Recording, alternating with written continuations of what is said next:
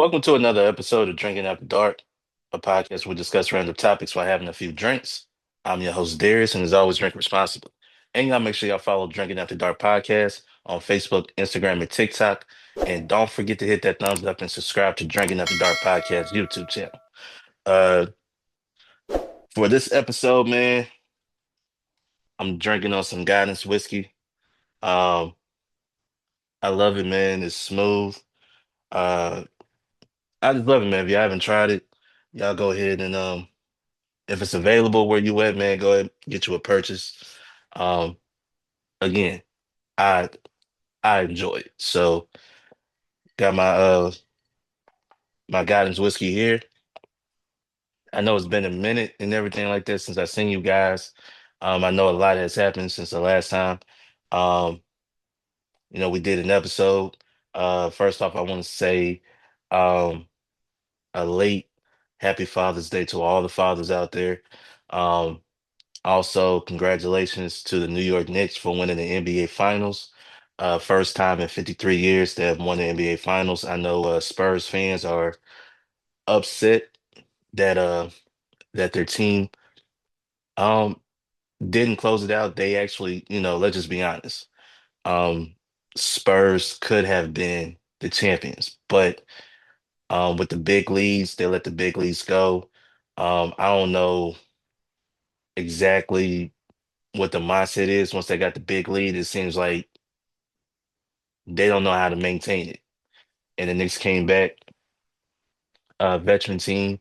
Um, you know, they stayed with the game plan, they stayed poised, and Brunson led the way, Anunoby as well. Both guys led the team to the championship. So congratulations to the Knicks. Well deserved, great season. Um, so yeah, congratulations to the Knicks. Um, we got to talk about the versus battle. Got to talk about the versus battle that took place. B2K versus Pretty Ricky. Okay. I watched the versus battle last night, and um, you know, being a millennial myself, you know, watching B2K, watching Pretty Ricky, obviously it's two different groups, right, in terms of their sound and the type of music they made. So when they first announced this particular verses, I was like kind of confused. I'm like, how's this going to work? You got B2K, um, with the teen bop type of songs that they made. Um, they had hits. There's no denying that they had some hits. Pretty Ricky, they it was grown folks music. Let's put it that way. Two different styles, types of music. And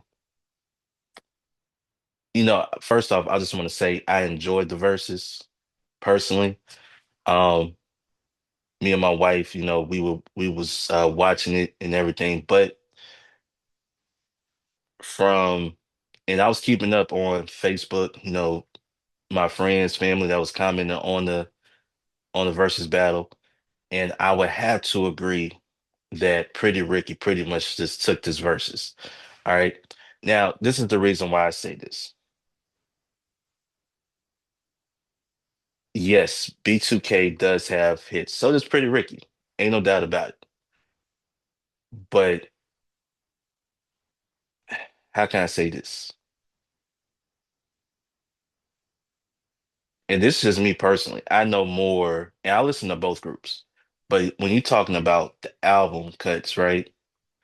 Pretty Ricky had more of those. Just off the Blue Stars album alone was going to win the versus battle. B2K didn't have enough, right? And I know there's a lot of diehard B2K fans out there. I understand it. But for me, B2K did not have enough against Pretty Ricky, right? Pretty Ricky with their hit songs, with their um, album cut records. It's just it felt like a lopsided versus, right? Again, to me, the verses didn't make sense. Um, I also felt like ha- and when I was watching it, it looked like B2K didn't know what they wanted to do next, right? That's what it felt like. B2K did not know what they wanted to do next. They was trying to figure it out.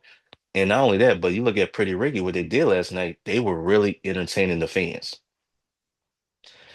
Now, I didn't know what Pretty Ricky was wearing. I didn't know what Pleasure P or uh Baby Blue was wearing. They could have wore something that was a little bit more comfortable, I should say. Um, I would say that. But the energy that they brought, um, they put on the show. Not only did they play pretty much, I mean, when you think about it, you know, every song that they put out, I knew, right? B2K, again, watch them, you gotta go back to the 106 and Park days and everything, but you gotta understand these are grown people too. You know, B2K helped us with our, going through puberty and all this stuff, but it was pretty Ricky that we were, you know. So, but it was a great show last night, but I just felt like B2K just they were just overmatched. Overmatched against Pretty Ricky. Pretty Ricky again with the hits they had with um they put on a show. They even brought, girls up on stage and everything. Um, I don't know who's that one lady dancing on Baby Blue, but come to find out, she had an ankle monitor on too. Ankle monitor on too, but it was a versus battle where you kind of felt like it was just we kind of knew going in it didn't make sense. And of course, you're gonna have people that's gonna be biased anyway when it comes to like B2K, that's their favorite group, so they're gonna be biased, but you can't deny that in this particular setting, they pretty much got ran off the stage. They didn't have nothing left. Even during the verses, they had to play, they went on to play their new single, which I have no problem with that. You got a album coming out, you got a single that's dropping at midnight. You want to push that. This is a platform to promote it. Um, no problem with that whatsoever. But you could tell B2K was running out of songs to play. While Pretty Ricky, they just kept going. They just like Pretty Ricky songs, Pretty Ricky songs, Pretty Ricky songs, right? To where Amarion had to come out with Icebox. He had to do his own solo thing, right? Um,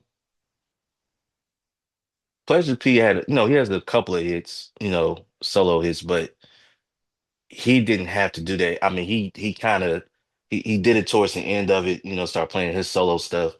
Um, but by that time, we kind of knew it was kind of like, okay, it's over with. B2K had nothing else, right? And B2K, yeah, they're in their hometown. This took place in LA. Obviously, Pretty Ricky from Miami.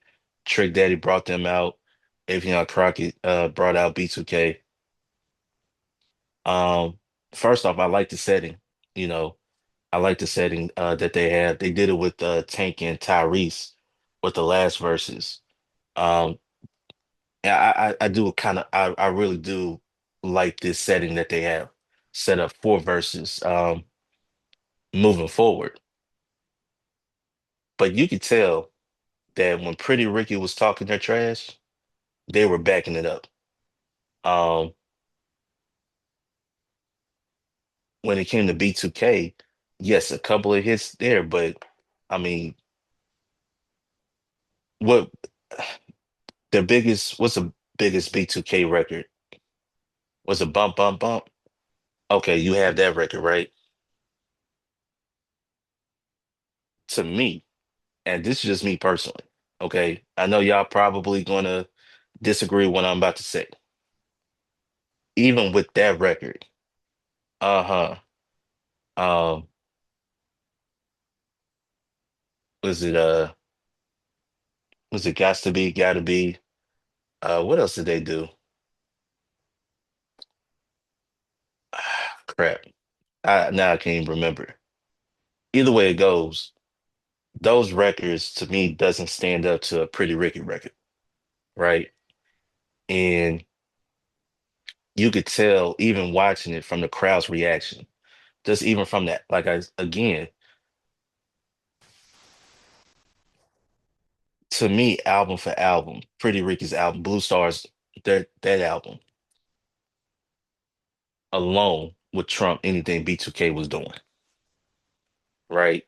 And you gotta think too, like we're not saying we don't love B2K. B2K is, to us a legendary group, right? But I knew going in, they don't have enough as a group to compete against Pretty Ricky. They just didn't. They didn't. And it showed. It showed last night. Pretty Ricky came into their backyard and took over. That's B2K's hometown, LA. That's their home. Pretty Ricky from Miami. They came to LA, took over. So to me, this was, if I had to give a round, maybe one or two, and I'm really pushing that for B2K, but overall, I just felt like it was a sweep. Um, Shout out to, some of my cousins, friends out there that was commenting on Facebook, keep me entertained. Um, Somebody posted that B2K was better off doing the verses against the Cheetah Girls.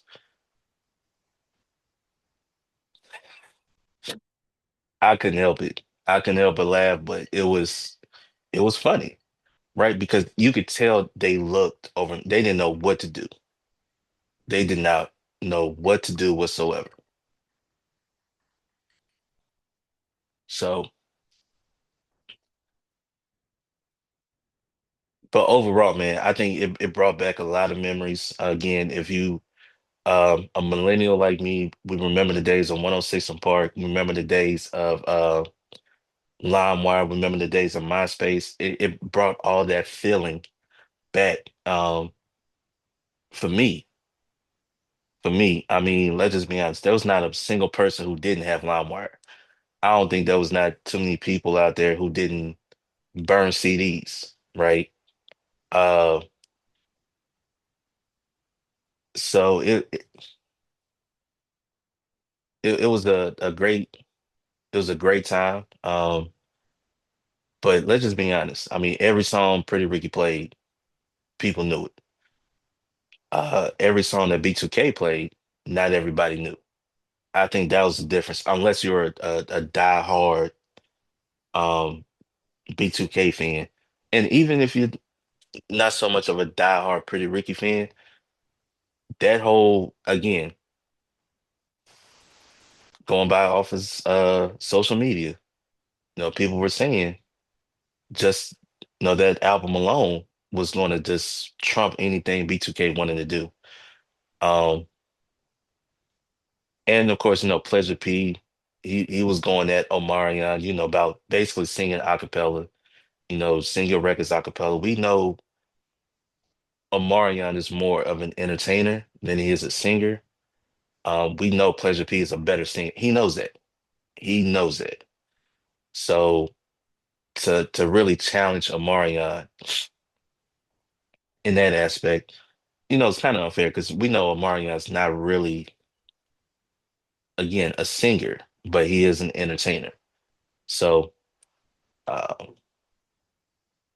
you gotta look at it from that, standpoint. But I would say this, the back and forth, you could tell these two groups, to me, legendary groups. I'm gonna say legendary because they're part of my uh teenage years. Okay. Um, you could tell they have love for one another, they respect one another. Um, Even Pretty Ricky acknowledged if it wasn't for B2K, there won't be um a Pretty Ricky. So it was great. The back and forth, they kept it. You could tell it was a competition, but you could tell the love and respect they have for each other. I think this also what made this versus great. And you kind of loved seeing that, right? Um, Two artists, two groups going head to head who have love and respect for each other. Um, go head to head and put on a great show for the fans because the people who was watching, the people that was there, we're fans of both groups. We were fans of both groups, and again, it did bring back a lot of memories from the time we grew up.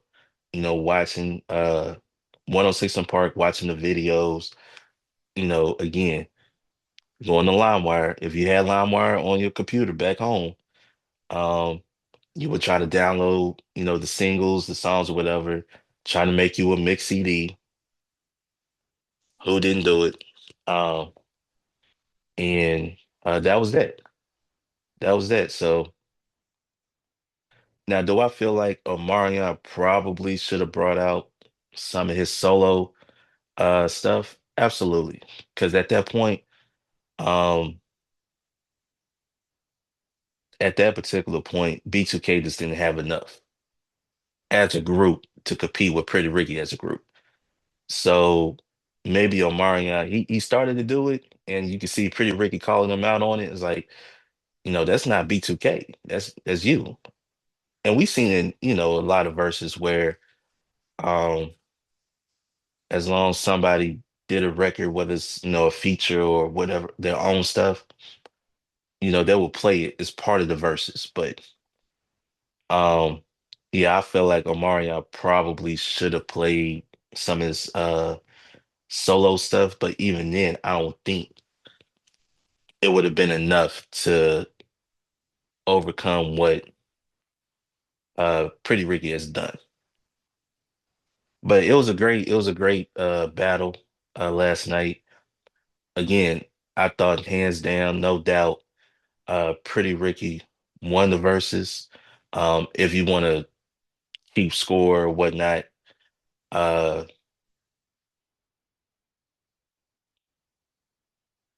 but it was just a great time. It was a great time, and I really, really enjoyed it. Speaking of verses, okay. Now we know after every verses, people want to they want to know who's next, right? Um, I know in the past we done had some great verses in the past, Snoop versus DMX. We had the Isley Brothers versus Earth, Wind and Fire. We had Gucci versus Jeezy. Um, who else was great out there? We had SWV versus Escape. We had Babyface versus Teddy Riley. Man, it was quite a bit. Was it who was it? Monica and Brandy? They went at it versus I think Keisha Cole and Ashanti. Yeah, Nelly and Ludacris. I'm really trying to remember everybody. Uh, I mean, we just had Tyrese and Tank. Um, you had Dipset versus the Lox. The Lox. We had Fat Joe versus Ja Rule. But I know people still out there wanna, and of course we had Soldier Boy versus Bow Wow, which that was probably one of the most entertaining verses. Um, but I know a lot of people now want to say, who's next? Who do you want, who they want to see next? They putting out all these ideas, right? Um, if you to ask me who I like to see next in a versus battle, and we already have 112 versus Jagged Edge, I would like to see Drew Hill versus Jonas in a versus. That's what I would like to see. I would like to see Drew Hill versus um Jodeci in the verses. Um, I know a lot of people was bringing up Mary J. Blige. Who do y'all think would go? Who would be willing to do a versus against Mary J. Blige? Uh, that's a good question. That's a good question. I don't know who would, but because this, I'm telling you right now, it's hard to get really big names to do it, and we already had some legendary artists groups to do it. I mean, like Hall of Famers, right? Um, I've already mentioned before, the Isley Brothers versus Earth, Wind and Fire, Snoop versus DMX. Um, you look at Babyface, Teddy Riley, two legendary producers, songwriters, artists. I mean, and of course, Timbaland and Swiss Beats who started the whole thing. But yeah, for me, Drew Hill versus Jodeci, I would tune in for that. Um, Another great versus battle too that took place, T-Pain versus Lil Jon. I forgot to mention that. That was a great versus battle. Um, but who would go against Mary J. Blige? Y'all let me know. Who would go against Mary J. Blige? I know a lot of people bringing up next. Um, I don't know. I don't know, like in terms because you gotta remember it's hits. So I don't know. I mean, yeah, boys to men out there. Um,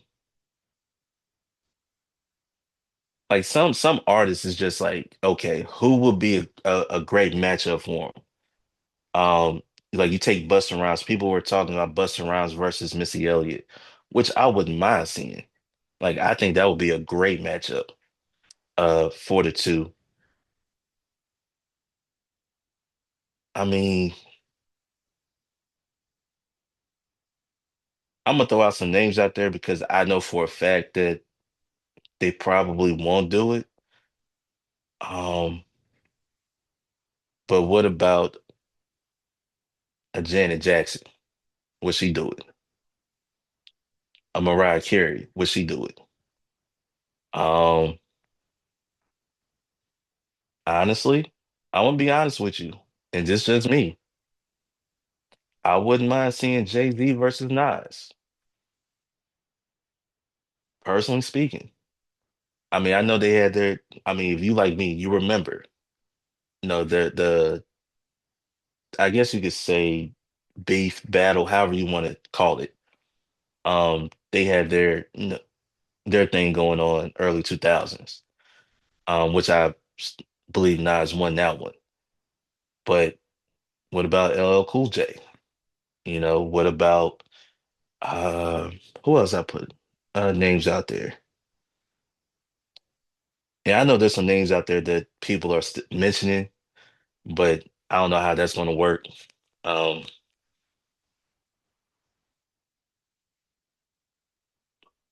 but I mean, I think there's some names out there. And here's one thing: I think Joe would probably be a great versus matchup because you got to remember, not only is Joe is an artist, but he's also a writer, producer. So who would go against him? Who would go against who's out there?